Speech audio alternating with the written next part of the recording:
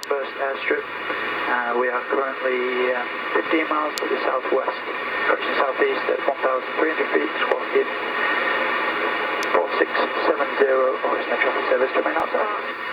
4 belly bags, and we have got one special. I believe they're down at Sierra, but they're downgrading to a Romeo.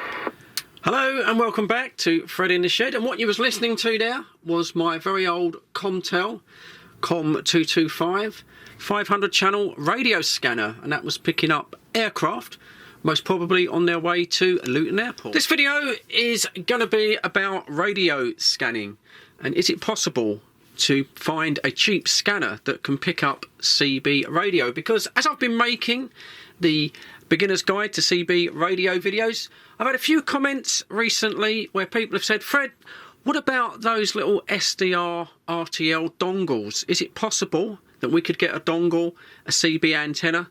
Could we pick up CB radio? Have you ever tried them? Well, the answer is yes, I have tried the little dongles. Here's one that I bought a few years ago, and it wasn't expensive. I think I paid about £20 for it at the time, but I've looked on eBay, and like everything else, it's dropped down even more. This is about £11 or £12 now.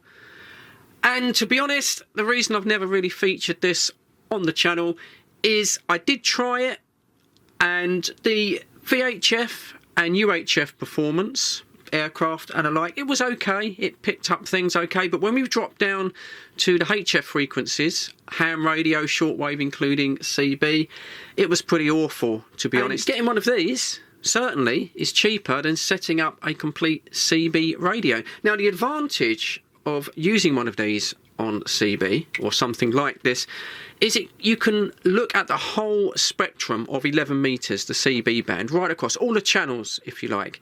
And that's important because I'm making this video in January in the UK, and it's very cold at the moment, but we're going to be moving into spring and into summer, and that's when the continental stations will start coming across. They won't be there every day. That's the beauty or the frustration of sideband, upper sideband, shortwave radio. Some days the bands will be open, there'll be loads of channels crashing in, some days there won't be. If you've got a channelized CB radio like the Superstar 6900, the Elinco DX10, you have to switch it on and click, click, click, go around all the different channels, all the different bands on your radio. But if you had a spectrum scope, you could take one look at it and instantly see if it was active, if the bands were open. So it would save you a lot of time. These spectrum displays, they've been on HF radios for a number of years, and a lot of CB people are using HF radios with a touchscreen and a spectrum display, even on our little group on the 305. The most popular models they tend to use is the Icon 7300. That is a lovely, lovely radio. And the Yaesu, the FTD X10 or times 10, and that has a kind of a 3D effect, which I don't know. I've not used one, but I'm not too keen on that. But they're expensive, well over £1,000 now for both of those radios. People buy them. I mean, they've got the money. Why not? You might, you can't take it with you. But for a beginner's sort of guide, that is completely way out of people's budget. These little dongles that can be used as a wideband scanner. These came out a few years ago now. It just was a massive explosion of these on the internet. Originally, they were used for decoding television signals up in the UHF frequency band, so very high frequency. And then three very clever people, who I can't remember, realised that with some clever software, these could be used as a wideband scanner. Now, typically, one of these little dongles can tune all the way down at 500 kilohertz right across to 1.7 gigahertz. Massive wide band. How well it does that is another story. So originally they were for TV. They were for decoding TV signals. They were called a DVB-T DV dongle. And all of them had the RTL 2832 chipset, which could be hacked into to make it a wideband scanner. So it's been a few years. I won't be using this one because I think that one's crap. So it's been a few years, and I've had a little look on the internet to see what has changed and what is recommended nowadays for shortwave radio listening, including CB. And there's been a couple of favourites come up on my Google search. The first one is a company called AirSpy. that make a SDR radio device. That comes in at $169, which is a little bit over my budget for this video. I want to try and bring this in as cheaply as possible. Next one is SDR Play, another little dongle which gets very, very good recommendations. Comes in at about $100. Again, that's still a bit expensive. I think I can do better. One little dongle that stood out with some very good reviews was simply called an RTL SDR, a little silver dongle, coming in on American Amazon at $29.95 or 25 UK pounds. So that was kind of in the budget that I'm thinking. Unfortunately, we live in rip-off Britain, and everything that is sold cheaply in America, by the time it comes over here, they rip the arse out of it. So I did check on UK Amazon, and they're selling the same thing. Okay, you do get a very cheap dipole antenna with it, but they want $59.99. Yeah, 60 UK pounds, which translates to $74. So suddenly £25 becomes 60, and I'm not sure that I really want to pay that. And also, this particular dongle is cloned all over eBay, all over Amazon, and even though the reviews say that it's a genuine item, when I looked at some of the pictures for your £60, the fixtures and fittings didn't look very good. There was a screw that looks completely rounded off. It looks very amateurish.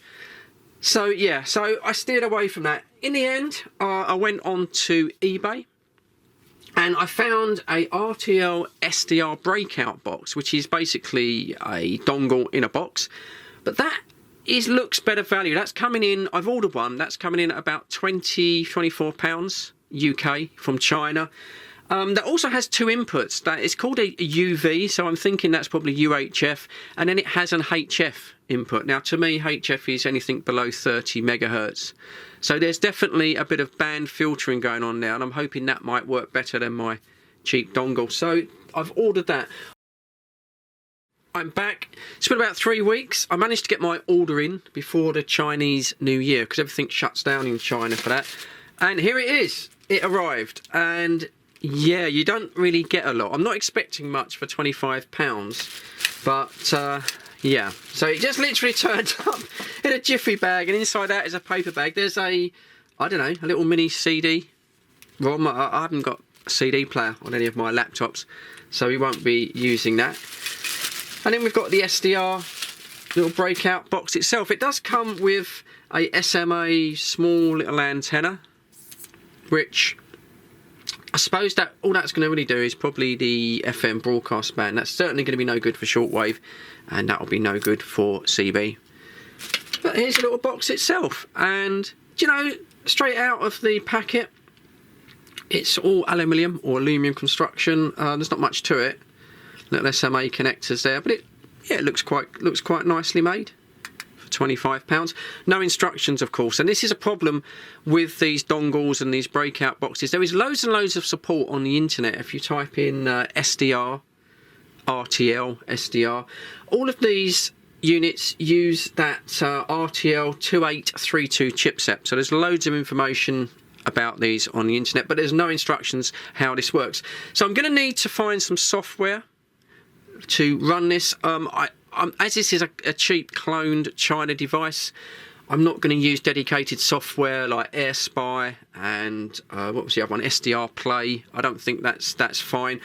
The software that I'm going to use is, I think, SDR Sharp. It's a freeware program, and apparently it works reasonably well, and I think for CB it will work fine. So let's carry on, a bit like a vlog. I need to go downstairs. Oh, one more thing as well. Sorry, you need to get a connector to connect it up to your antenna. So this is a little sort of pigtail SMA on one side and a female 259 on the bottom. So I need to connect that. So we're going to go downstairs on the computer. I really don't know what I'm doing, which is nothing new, is it? If you watch the channel, you're used to it. And let's see if I can get this working. We'll start on FM, connect it to my Antron, and let's see if this can decode some FM signals. Okay, here's my little RTL SDR breakout box, and there's that pigtail, and I've literally just connected it to my usual feed, to my Alinco SR8, straight into the Antron 99. antenna. I'm going to be completely honest with you at the start. These little RTL SDR dongles and breakout boxes, they're not exactly plug and play. There is a bit of a learning curve to get one of these working, certainly with SDR Sharp software. Fortunately, SDR Sharp do provide you with a little setup driver that you install, and then the computer will then recognise the device. I found a really good guide on YouTube, which is 1,000,000 times better than anything that I could explain. I will leave a link to this in the description. It's called a guy called the Smoking Ape, and he went through this very clearly, and I followed his guide, and I really had no problems in setting mine up. So I would suggest perhaps go along to his channel. He's done loads of videos on these little SDR dongles, and it's a really good channel to check out. Maybe you could do that when you order your dongle before it arrives and get a little bit of a heads up. As far as software that you're going to need to use an SDR dongle or a breakout box, I'm using the free one. I'm using SDR Sharp. It seems to get quite good reviews. Seems one of the easier ones to use. I found it on this page here. This is airspy.com, and then in their download section you'll see here, you just simply click on the download, and it's just like any free program. You first have to unzip it, and then you can install it on your computer. And once again, the video supplied by the Smoking Ape covers all of this in great detail, very easy to follow, and that was the guide that I used. When you first start the program and you connect the dongle, it's a little bit daunting. There seems quite a lot to get your head around. There are a lot of settings on here, such as the things like the contrast for the waterfall. When it first came on, it was completely wiped out. It was just all in red, so I had to adjust that so we get a regular waterfall here. But it does seem to work quite well on FM. This is picking up all of the FM broadcast band radio stations. To tune it, is the best way I find is just to hover the mouse over the top of the frequency here and simply use the scroll wheel. You can of course type in the exact frequency. This will be probably a local radio station. I have to be a bit careful here what I can let you hear, because I'll get slammed with a YouTube copyright. We'll just see for a moment what's on radio 2. That's that really strong FM signal.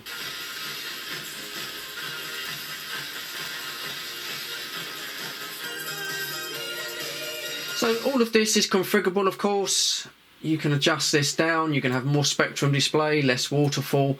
There's loads of, I'm not going to get into this because I say I'm not really qualified to do it, but there's certainly loads of different menus here, display wise. You can turn all this on, change the theme, the waterfall, timings, the decay, the attack. Oh, there's absolutely loads and loads of stuff. But of course what we're interested in is CB and HF. So for that we need to transfer this over from the UV or VHF over to the HF, and then let's see how we go on. Let's start on the medium wave band and we'll see what stations it brings in. I pulled out the antenna and the SDR Sharp program, it didn't like that.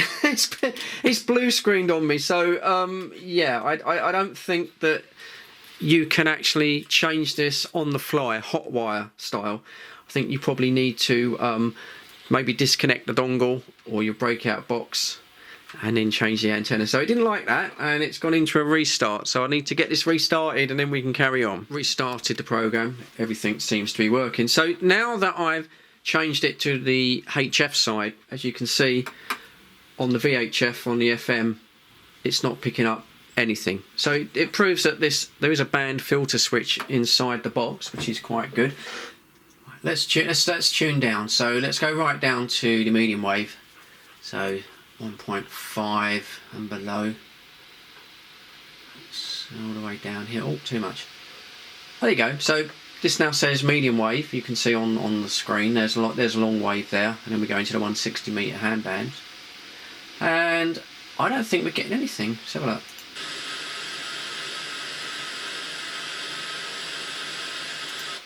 Okay, that's a bit strange. I'm going to zoom in a little bit and tune along. Let's go down to where we have things like Radio 1 and such like. So let's go to there.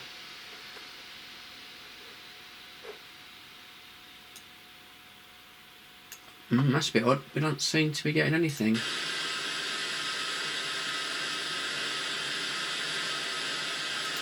So nothing at all on medium wave and long wave. So I'm hoping that my little box isn't a dud.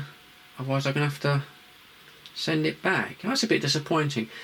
Okay, this is a learning curve. Like I say, you can't expect to do these things instantly. One thing is quite good, I've just noticed that when you go onto a medium wave, it automatically changes the mode. So it's straight away gone from wide FM into AM. That's quite good. Let me just quickly go up the hand bands for a second and let's see if we're getting anything on the hand band. Went a bit fast there. So yeah, there's the 40 meter band. I mean, it could be closed, but there's nothing. And there's the shortwave band. And going right across. Yeah, nothing at all. And we're now gone into the CB band. Okay, and it's changed to narrow FM. That's quite good. So we're in the 27 megahertz here. And there's something coming through on CB there. Let me just tune into that. Oh, okay, that's up on the 10 meter band. That possibly could just be a birdie. It's picking up some. So, yeah, I don't seem to be getting any HF at all. The bands could be closed, of course. Internet research. It seems like I have to change the sampling mode. It won't work out of the pan. So I've paused it, and then we go over to settings, and there we go. So where it's got sampling mode, I need to change this to direct sampling Q branch, apparently. And when I close that, and when I start this, we should now be getting medium wave. Yay! There we go. We got medium wave stations all coming in right across the band now. Let's zoom in a little bit. Let's just take the zoom up. Oh, okay. Let's have a listen to them. See if we can find some non-music. UK actually ranks 5th for investment into education, 4.1%. Okay, there's not much going on in shortwave, but it does look like it's receiving. We'll come back to this. So let's go across to the CB band. Let's change this to narrow FM for the UK band, and let's just go up to 27 megs. And straight away we've got something here. Let's have a listen to that.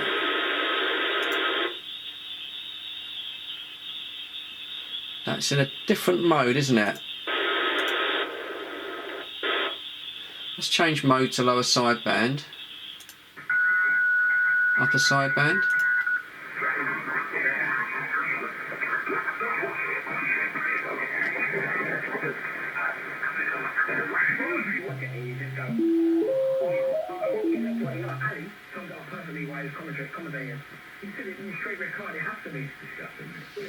So I've zoomed out a little bit on the display, and this is right across 11 meters here. Let me just drag this down a little bit, and as you can see, it looks like I've got quite some strong signals, but when we listen to those, all of these are harmonics. All of these are bleed over, if you like, radio stations.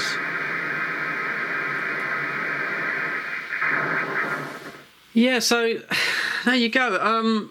Bitterly disappointed with this. Oh, it's a bit sensitive as well. But as you can see, right across the 11 meter band, going up to the 10 meter band, harmonics, AM radio stations bleeding over. And it's probably because I've got that transmitter right close to me, but there's just no band filters. So I'm going to do a bit more internet research on this and just see if there's anything I can change in the settings to try and remove these AM stations. But as it stands, it looks completely useless for trying to receive CB radio, which is a bit of a shame. Back up in the Radio Shack. Well, you could tell by the disappointment in my voice, I was a bit disheartened. at that, but I did go onto the internet and I did look around, and it seems that these harmonics, these ghost radio stations, cross modulation if you like, it is a problem with these RTL SDRs. I think the thing is that they're just so wideband, there's no filtration coming in, yeah, and they just pick up everything. Of course, myself living close, about 7 miles to that powerful FM radio broadcast tower at Brooklands Park, broadcast radio 2 and radio 4, that's not helping the situation. I went on to CB Radio, chatted with the guys, and they were very, very helpful. Dan from Hatfield suggested that I use a flat horizontal wire and turned the gain right down in SDR sharp. I think that would help, and I did plan to use a long wire when it came to testing for shortwave on a broadcast band, and maybe 40 metres, 80 metres, something like that. However, that cross modulation is so strong, I think it would still cause me a problem. Then Richard came on. Now Richard lives in Hatfield. Now he's even closer to that broadcast transmitting station than I am, and he said, Fred, that's caused me no end of trouble. And he has used, and he suggested getting a small, cheap, low-pass filter. He said they're all over eBay, you'll see them. And I did go on and have a look, and sure enough, yep, these little low-pass filters, they're called radio broadcast filters. There they are. They also come with the correct SMA connectors, so they're very easy to connect to this little RTLSDR. So I've ordered one of those. Unfortunately, it has to come from China. I couldn't find a UK supplier, so it's coming from China, and that's going to take probably a month. So there's going to be a second part to this video. It's going to turn into a bit of an old-fashioned Fred in the Shed video, a bit of a vlog. Subscribe if you've not subscribed, and we'll see how we get on. And I do hope that I can get this to work, because even with the cost of the radio low-pass filter, it's still coming in at just over £30, and that's not a lot of money. And if this can receive right across the shortwave band, giving you all the broadcast stations 40 metres on ham and probably 80 metres, and I can get it to work on the CB band as well, so you can listen to the skip, I still think it's viable for the cost. It's going to be cheaper than a sideband CB radio, and if you just want to dip your toes in the water, see what's on CB radio with an appropriate antenna, I still think if I can get it to work, that's going to be it for this video. It has been an exceptionally long video, so thank you very much for your view time. If you are a qualified radio ham, and by now you're holding your head in your hands at my incompetence and lack of radio knowledge, yeah, well, that's Fred in the Shed for you. Seriously, if you've got any other suggestions, perhaps you know SDR Sharp, I don't know, I ain't got a clue what I'm doing with that software program, so maybe there's some settings on there that I can try. Please leave them in the comments and I'll give them a go and report back to you on the next video. But that's it for now. Thanks for sticking with the video. There's the thumb from Fred in the Shed. Please give that to me below. Subscribe so you know when part 2 is coming out, and I'll blunder through that. But as for now, as always, stay safe, look after yourselves, and I'll catch you on the next one. Cheers, guys!